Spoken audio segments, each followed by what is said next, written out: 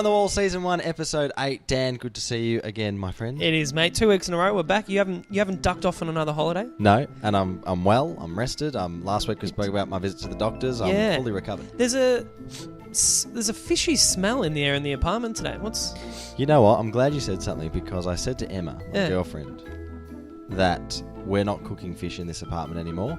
We bought some blue grenadier, I believe the fish was. Well, that's fancy. And I said there's a linger of I don't know if it's the pans or the bin or whatever. Yeah. There's a linger. She thought that I was overreacting and said, don't be ridiculous. When was this? Monday night. Okay. So it's like 3 nights. Yeah, 3 nights. Wow. It's lingering around, isn't it? It is. You should open a window. Yeah, I might do that. Dan, as always, we start with feedback from last week. Yes. I thought it was not bad. It was faultless episode. It was probably our most faultless episode we've done yet. No technical glitch. Well, you'd think so, but no. Well, Really? There's a little bit of feedback here from Jake Lambert.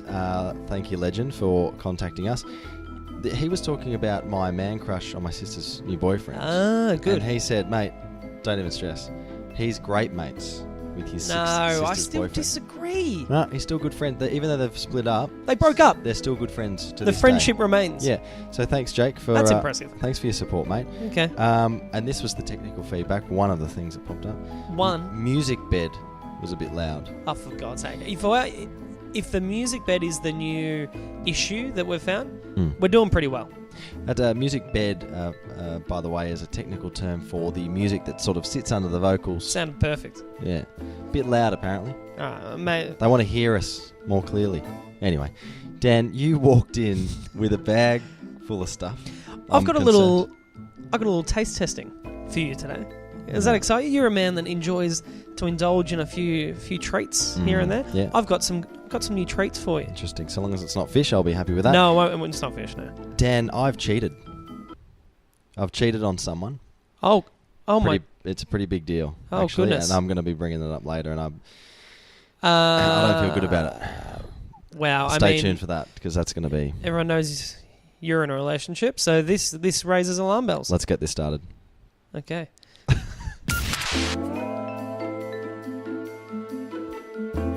Tim, the other week, Georgia and I, we went out into the city, had a nice night in the city, stayed at Crown. Date night. Oh, a staycation date. It was a staycation date.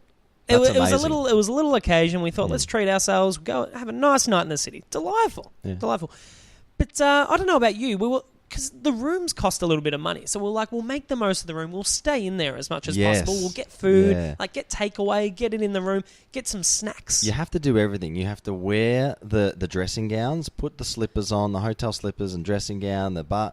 Yeah, everything, Dan. Yeah. I completely agree with you. It was brilliant. So we Really got in milk there, went and dropped the bags, and we thought, okay, let's head down to there was an IGA down on the corner. Okay. Great. Head down to the IGA, get some snacks, get some stuff. Yeah. Go in there, and you'd agree, Tim, supermarkets have come a long way, haven't they? New technology, self-serve. Absolutely. I mean, you can shop online now, and they'll deliver it to your place. Yeah. This IGA had missed the boat on something. Okay. It was a small one, little boutique one, so granted, no self-serve, that's fine. But they had something at the register that I didn't agree with. What was it? Needs fixing. What was it? They've got a reverse screen that shows the items that are being tallied up for each transaction so that on the customer side, on our side, we can see, and I get it, it's so we can see that they've only scanned one item once or they haven't, missed something or whatever. So it's kind of like a drive-through when you're at McDonald's and you're ordering your meal and you can actually see it filling up as you go, there's the and Big you can Mac, go, sorry, that there's was the Diet Coke, not normal Coke. Yeah, exactly. That sort of a thing. Okay. So gives you a running tally. Gives us a chance to jump in, intersect anything. Sure. However, I've got an issue with it because at this one, there was one register, one cashier, and there was a bit of a line forming in the shop. So everyone was like banked up, one after the other, behind the person that was in the transaction. Right. So instantly I was like, I could see what everyone's buying. Right. Don't like that. It's a bit voyeuristic. You can sort of spy on what people are buying and go, what's interesting they bought that? And you can get to know the person. Right. I don't like it. I didn't like people being able to see what I was buying. Was there something on your shopping list that you were specifically concerned about people seeing? Or? Well, it was a staycation, Tim. There was a lot of time spent in the room. Okay. So we bought condoms. Okay. And that's very uncomfortable. Threw it straight out there. Yeah. I think condoms are one of those things, Dan, that you can't buy on their own either. You have to disguise. Oh, the absolutely. We condoms with bought other some items. Smith's chips. Yeah. We bought some shapes and some mint sliced biscuits. Great just to go with disguiser. it. Because you have to, as I said, buffer the transaction. You do. Did you get any vibe or any look from anyone? No, but I did tell Georgia to go out because I told her I don't want them to be able to see the person I'm going to be using the condoms with. Dan, a lot of lift chat on our show. Lifts, elevators and stuff. Oh, you've run into another one. Yeah. Yep.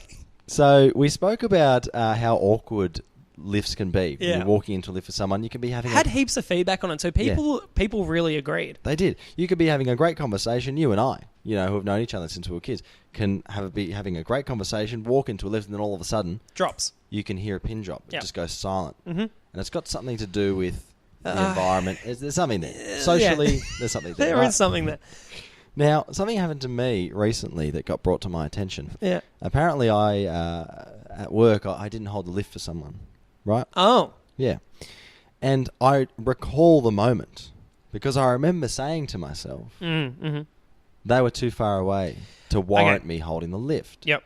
So I started thinking about the acceptable distance. The acceptable hold the lift distance. Yeah. Now, this person was 10 metres away, but maybe a little bit less. 10 metres. All right, let's visualise it. Okay. My argument was... So where were they coming through a door into like a lift? Yeah? A lift area. Okay, Yeah, okay. so- So they were entering into a room where there was only lifts? Was that the only option once they entered that room was to go to a lift? Yeah, probably. That's an issue for you. Well, here was my argument, okay? If there's no eye contact being made through the crack of the doors as they're closing, I'm not going to worry about it. Yeah. The eye contact is, if someone goes, hold the lift, that's an obvious indicator, I will hold. I would imagine that you would... Surely the expectation is we have to wait for somebody to yell, hold the lift. How are we to know that they're not going to just stand there for a second and wait for somebody else who's catching up? Someone could be catching up to them, let alone them catching up to you. So, I mean, it is... There's a lot of pressure put on the lift operator, for lack of a better term. Absolutely. To have to be reading a room. I mean, as we said... The lifts themselves are already something to really operate and focus on. Socially, it's an interesting area, and I think that for everyone out there, I believe that verbally there needs to be something said. Yeah. Hold the lift. Okay. Hold that a sec. Yep. That's your key indicator. I think so. Or eye contact. Someone's down looking on their phone, and they're heading towards the lift. That doesn't necessarily, how am I supposed to know that? Well, that's the thing. If somebody's not actively pursuing or looking at the lift, that's their destination. How are you to know that that's where they're going? I would argue that. So we're looking for eye contact, strong eye contact. Absolutely. And something vocal. Yeah. Something, hold the lift. Yeah. And you know those little videos that you do of this? You do the individual. Can you somehow spread that around my office? Because I'm sick of getting talked about behind my back about the non-lift holder. Do you want to... Name somebody. No, I can't name anybody. It's Leon, wasn't it? It's probably Leon. Yeah. Might have been Leon. Yeah. Very good. Very good.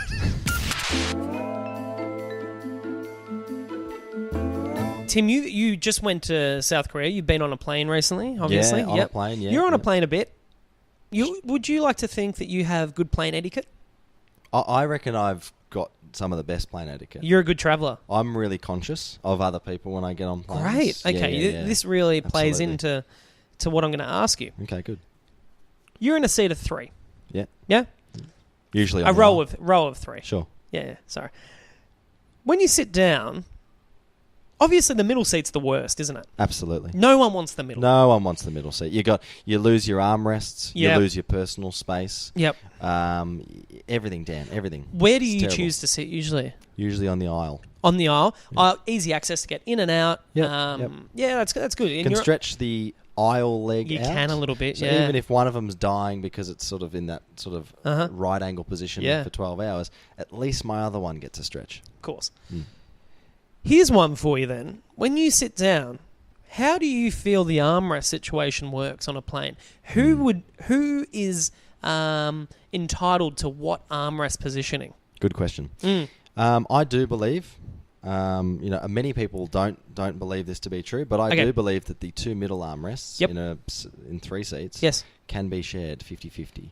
50-50, okay, interesting. The small of your elbow can be shared Great. on an armrest with someone else. The immediate outside one, that's for the person on the aisle, obviously. Yep. But the person on the aisle needs to understand that the person in the middle does have a crap seat. And you need to help them with the armrest. Yeah, interesting. I had a similar mentality. I was thinking that, if anything, the middle seat, given it's such a bad seating position, is maybe entitled to both armrests either side, just to give a little bit more appeal to the middle seat. Sure. And as you said, I feel a little bit bad that they're in the middle. So I've got this extra leg room. I've got a full armrest to myself that I can lean on. Technically, by your rule, they don't have one full armrest. No, they don't. No, which is a bit stiff, isn't it? Well, they get technically it is one full armrest because it's 50% of each. Yeah. I mean, if we could do the maths for sure. Yeah, if you want to do the maths, but I guess what I'm trying to say is, Tim, there's actually a rule that if you were to complain, if somebody in a middle seat of an aisle said, "Stewardess, can we just clear up the armrest situation over here just to make sure we're all on the same page?" They got a rule ready to go. They've got one. You know what they go by? What is it? 1 armrest per person. So, window seat gets that 1 armrest that on the window. Yep. Yep. So they've got that one to their right, if you're on, obviously, depending what side of the plane you're on. Yep. Middle seat gets the one to their right, I guess, if we're going from the left side of the plane. And then the aisle person gets that one. So you've all got one full armrest. So it's everyone's armrest to the window side of the plane. Yeah. Depending on what side you're on. So what's the aisle one for then? You can't use that. No, that's your one. So that person gets 2. The person on the aisle. No. Okay, let's start from the aisle. Let's start from the aisle seat. Aisle person, that armrest, which is on the aisle. That's yours. Oh, yeah. And then the middle seat gets that next one that's your other one. They get that full one. Then the window seat, isn't there only one armrest? No, there's 2 armrests at the window. That's what I'm saying. I thought it was just the plain wall. No. Well, this is a flawed system. Dan, as I mentioned off the top, I've cheated. I've cheated on someone. Okay. This is I'm concerned. Camera girl Caitlin's beside herself. I know. Yeah, she looks really concerned. Now, the first thing that you probably popped into your head was, you can't be.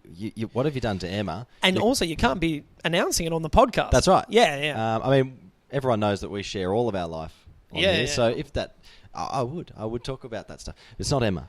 It's not Emma. God. It's not Emma because she's amazing. We all know that, I would never do that.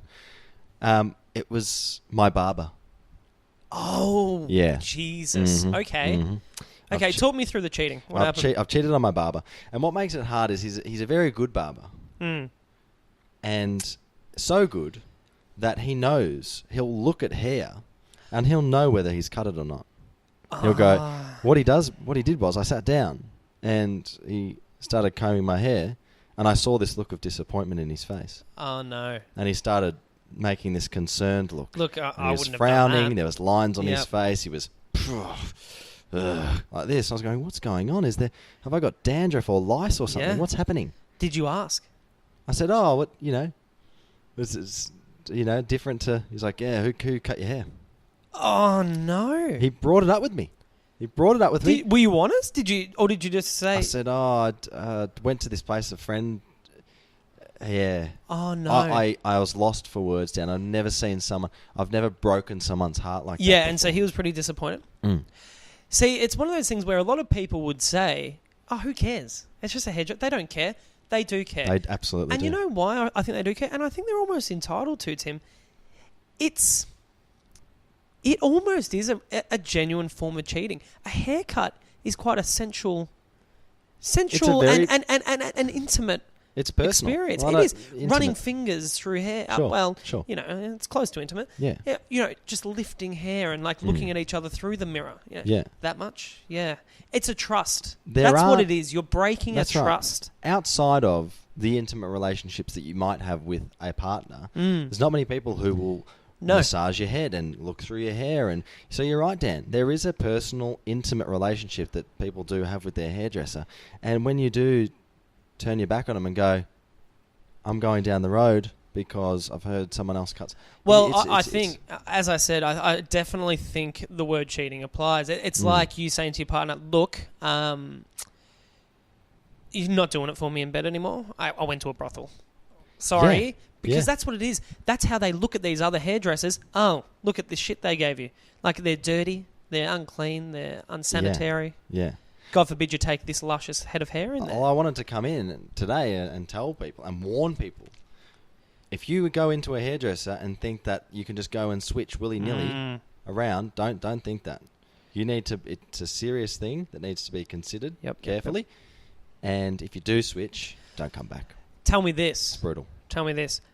Now this has happened.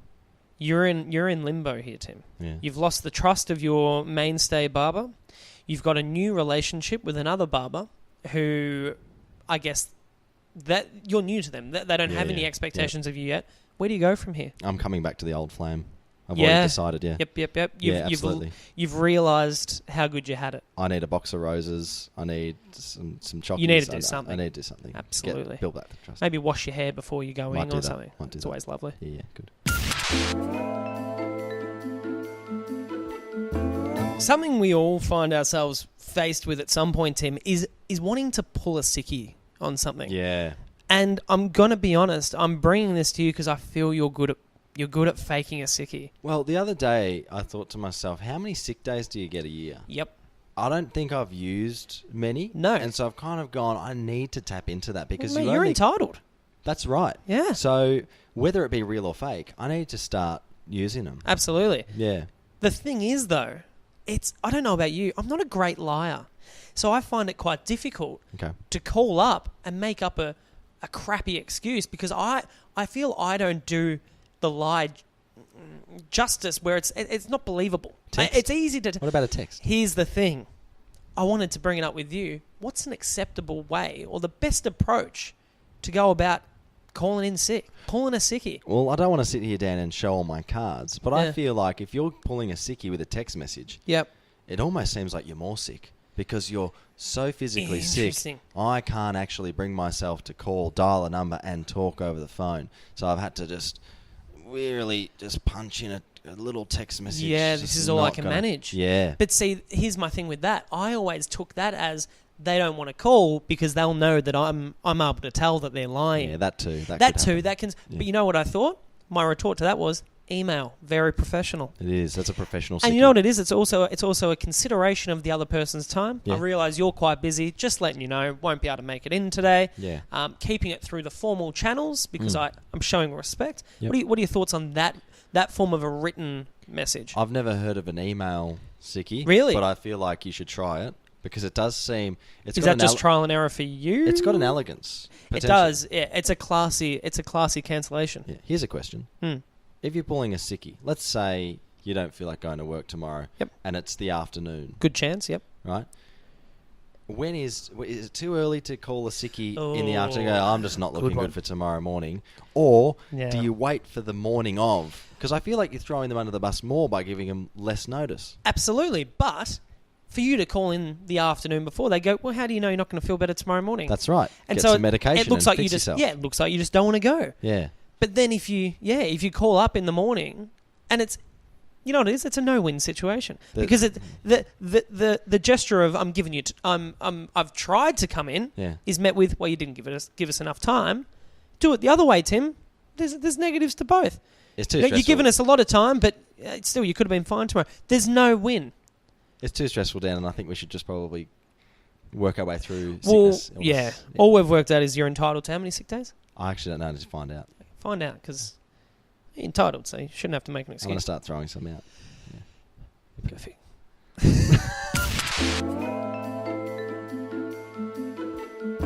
Dan, I might have mentioned last week, over the weekend, at a Bucks party.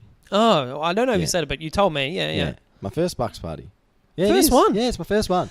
How was it? Because I'm nervous about the first Bucks party I go to because they just seem wild. Yeah. And there's an expectation that they have to be wild. There is. And it is, walking into it, you do. There's an anxiety of, I hope this is wild enough. I hope this is just like the movies. Yep. Yeah. It was long. I'll give you that. It was long. We started at 11 a.m. and there was lots of drinking, as you can imagine. Mm-hmm. We played bowls, lawn bowls. Okay, yeah, So that yeah. was spicy. An ironic sort of sporting choice, I'd imagine. Yeah. Let's do lawn bowls. That's funny. It is. It's a very Yeah, sort we of can like, just drink piss while we do it. yeah, get the shoes off, head down to the Fitzroy Bowls Club. It was great fun, and Okay. I saw a lot of people that I hadn't seen in a while. It was great. It was really good. Good. Something did happen on the Bucks though that I wanted to fill you in on because I thought you'd be amused by it. Yeah. Strippers. No, not strippers. Okay. When you look at me, Dan, and for those people who are watching on YouTube, do you see someone who might look like they're in a gang? Absolutely not. Why? Absolutely not. Maybe like an accountant gang or something like that. Even then. Well, I never thought in my wildest that I would be referred to as a member of a gang or you're a gang. You're in a gang.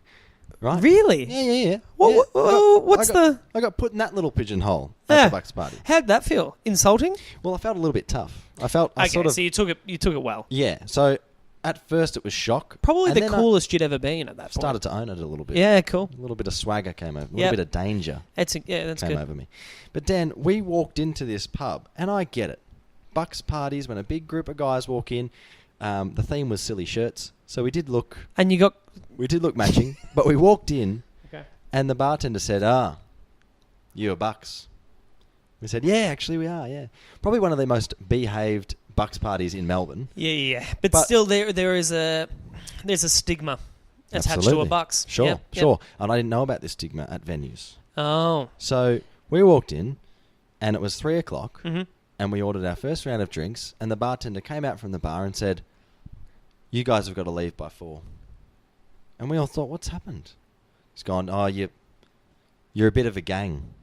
A bit of a gang. Okay, this is not how I expected the term gang to be thrown around. Now, unless I'm pulling out a knife or a gun or I've got leather on or tattoos... Just say, pat me down. I'm not in a gang. Yeah. I'm not in a gang. Don't label me as a gang because I'm wearing a silly shirt with my friends and having some beers and all that sort of stuff. Now, don't label me. You were out with tradesmen. I think you were the black sheep. There were some tradies in there. You were the black sheep in the gang. Sure. Did you take this opportunity, Tim, to sort of show your strengths and stand up and fly the flag for the crew? Well, I think because there were a lot of tradies, and I probably looked like the one that was different.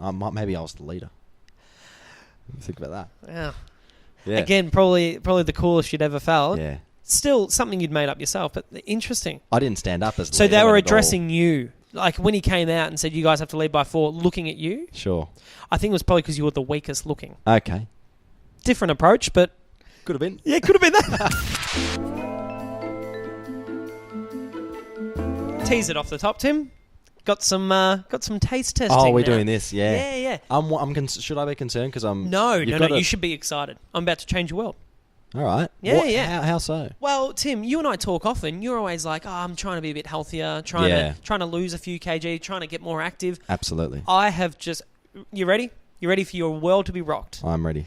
Tim, you've got a little bit of a sweet tooth. Massive sweet tooth. You love a snack, don't you? You love like a little sweet, a little savoury. I could go with my whole day, so no main meals, and just have snacks. Oh, yeah. Trickled throughout the day, over 12 hours. You ready to be able to do that? Yeah. Tim, I've got some healthy alternatives for you. Healthy? So you're saying that I can eat these as much as I want, as often as I want, and not... You won't even know the difference. Okay. You like Nutella? Which Who doesn't like Nutella? Love regular Everyone Nutella. loves Nutella. Guess what I've got for you? What is it? A healthy alternative to Nutella. Now just... No, but while you're getting it, so I know you're saying it's a healthy alternative, which is great, which is a great thing, and I can see there the label, it looks healthy. But the reason that I eat Nutella is because of it tastes like Nutella. Do you know what I mean? Oh, wow. Do you know what I mean by that? Or? Yeah, no, I know what you mean. But you're saying this is going to taste just as close to... Oh, look at it. Look at this. Ready? Got your mouth ready there, mate? All right. All right. Throw that in. All right. So I've got it on a spoon. It does look very similar to Nutella. Yep. There's some seeds in it. Yeah. No. Just put it in. Don't analyse it. Just put it in. Nutella. It's claggy. It's good. It's definitely not like Nutella. What we call this is cacao super spread. So, I mean, just one healthy alternative for Tim James to get a little healthier. It's definitely healthy. It tastes healthy. Camera girl Caitlin just getting the next one ready. Perfect. It actually Nutella sort of melts in your mouth and sort of runs down your throat in a nice sort of smooth, delicious way. This sort of sticks on your teeth a bit. It lingers, Dan. It lingers. You ready for the next one? What's that? Throw this in. Now, what's this? This is another... There's a drip straight onto my hand. Drippage. Little Very drippage. Good. What's that? Who doesn't like peanut butter? I do like Kraft. This feels a little too natural, Dan. There's a lot of oil. Oh, Tim, this is dark roasted peanut butter smooth spread. Yep, sure. I mean, just another healthy alternative. Don't you love that? Yeah. How good's that? Lick it it off. I'm licking it off. Yeah. All right. Ready for some savoury there, Tim? Yeah. Tell me, what's your favourite flavour of chip? Oh, salt and vinegar, plain. Camera girl, Caitlin. I love chips. But Dan, so the two spreads you've given me, thank you for that. Yeah, no, that's good. Regular peanut butter and Nutella, though, they're two of my favourite things. And so now you've got a healthy alternative. But I probably wouldn't substitute them because the reason that I like them is because of how they taste. But they taste just like it. No, okay, sure. No, okay. I don't think so. So they're not winners. But what about this, Tim? We've got crafted blends of quinoa chips. It's quinoa. Yeah. Quinoa chips. Now, again, Dan, so... Salt and apples. If I'm going to get chips, Dan, I'm going to go get Kettle salty, delicious... No, but try it. You're giving me quinoa chips, salt and apple cider vinegar. Throw it in. Yeah, apple cider vinegar. A little bit tangy. Throw it. There it is. Hey, look at that. Swish that around. Yeah. Flick it around the tonsils. Yep. Yeah, wipe the corners. Healthy alternatives have a tendency to really take up a lot of your mouth and stick in there and... It does linger. You're right. It's not... I'm not as sold as you are. Really? Like, I appreciate you thinking about me. We're not done. We're not done. Now, what else have you got here? Ready for this one? This one you like. Did you say you like a Smith's Original? I love a Smith's Original. Who doesn't like a plain chip? You've got some Smith's Originals there, do you? Got one better. What's that? Brown rice sea salt chips. Okay. So, another healthy alternative. Throw one of those in. Tell me how that goes. Okay. Hey? Corn chip. Ready? This is the winner. Hey. If you tell me you don't like that... That's actually not bad. See, I told you it's not bad. Here we go. Tim. Yes. It's time for Tim and Dan's Rule Book. The Book of Rules. Tim and Dan. Good. Yep. Okay. Very good. Yeah. All right. I've got a new rule for you this week, mate. New rule. Dan, people say that we talk about rules so much. Yeah. We almost need a completely separate podcast, a whole new show that's just about rules. Ooh. Almost like a rule book podcast. Yeah, that'd be good. That'd be a bit of fun. Be a bit of fun. Something to look into. Yeah, very good. You never know. What's your rule? All right. The rule this week, Tim. I'm out for dinner the other night. Yeah. And I'm out with a group of people, and you get trapped in individual conversations when you're out with a group, don't you? And people sort of cling to each other. That's fine. We're walking out of the restaurant. Night's over, dinner's finished. Dinner's paid for, heading to our cars. Before we all break up, I'm in a conversation, and the person who I'm talking with goes, "Oh, guess what? Oh, God, I've just lost it. What was I? I hate when this happens. Yeah, okay. Really trying to squeeze their mind, really giving their brain a workout. They've completely lost it, and I completely sympathise with that. Yep. Because it's frustrating, isn't it? Really frustrating. You know what's frustrating? Having to linger around and hang out and not knowing how long do I have to wait here for you to try and remember. Yeah. What's the rule? What's the rule? There needs to be a rule around this. Would you agree? So, like, what is the polite amount of time to linger and wait for that person to remember what they were going to say? And when's the polite time to go, look, don't worry about it. When you think about it, just text me. It's fine. So that's what I wanted to know. Is it rude to turn around and go, just let me know when you remember, and walk off? Because is that saying, I don't really care. I don't really care what you were going to say. It's not going to be that important. Or does it show interest to hang around? I guess it depends how the person has set up the memory. Yeah. If they've gone, like what you said, you're not going to believe, geez, I've just forgotten it. If Yep. they've set it up, like, okay, you're going to have to wait around for this. Yeah. You do have to give them some time, I think, because if it's right, if So it's right almost, there, it's dependent on how close they are to remembering. it's on the tip of their tongue, Dan. It's right there. They just need a little bit of help. I think you've got to linger around for that and wait for But it. if they say, it's completely gone. It's completely gone. Then you can go, okay, well, if it comes back to you, let me know. Absolutely. But until then, Yep. so really you have to almost ask the question, how is it just there? How close are you? Yeah. Is it? And if they say, yeah, right there, Yeah. okay, I've got a minute. Linger. I've got a minute. Maybe help them. Maybe help them pull it out. Ah, yes. Make references prod to them. things during the night. Maybe it'll spark something. Yes. Was it the pasta? Was it the? Yeah. Was it the bill? Yeah. Yeah. I reckon that's good.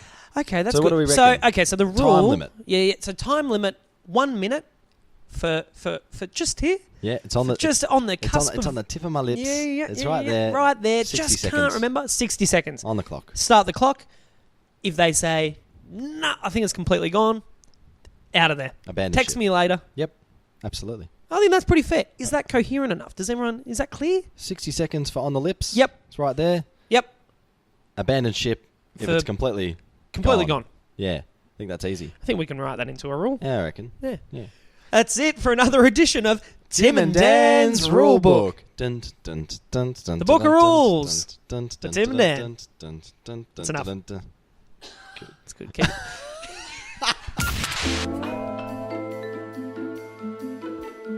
Well, Dan, episode 8 all wrapped up. I've still got the taste of a lot of the things. You've actually got a little bit. Just Do I? Just there. There you go. A little bit of peanut butter. I think that was What did I have? delicious. I had natural peanut butter. I had a natural Nutella. Yes, I've tried to help you. I've tried to bring in healthy alternatives to better your life, Tim, and you've pretty much knocked them back, except for the sea salt chips. The sea salt chips were quite delicious. Yeah, they're quite It is good in winter. Yeah.